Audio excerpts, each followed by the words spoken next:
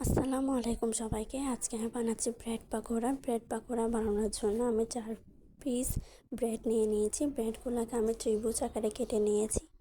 এখন আমি একটা বাটি নিয়ে নিয়েছি। বাটির মধ্যে আমি অল্প 1 কাপের মতো বেসন নিয়ে নিয়েছি, আধা চামচের মতো মরিচের গুঁড়া, আধা চামচের মতো হলুদের গুঁড়া, সামান্য পরিমাণে লবণ।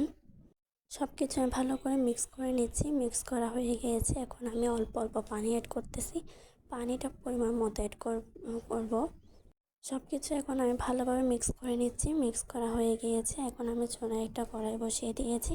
কড়াইয়ে পরিমাণ মতো তেল দিয়ে দিয়েছি। এখন আমি পাউরুটিগুলোকে বেসনের মধ্যে ভালো করে ডিপ করে নিচ্ছি, দুই পাশে যাতে ভালোভাবে বেসনটা লেগে যায়। এরপর এগুলোকে একটা একটা তেলের মধ্যে দিয়ে দিতে হবে। এগুলোকে আমি ভালোভাবে দুই পাশে উল্টে পাল্টে দিচ্ছি যাতে দুই পাশটায় ভালোভাবে হয়। এই যে আমার ব্রেড পাকোড়া রেডি। এবার আমি এগুলোকে তেল থেকে তুলে নিচ্ছি। তুলে নিয়ে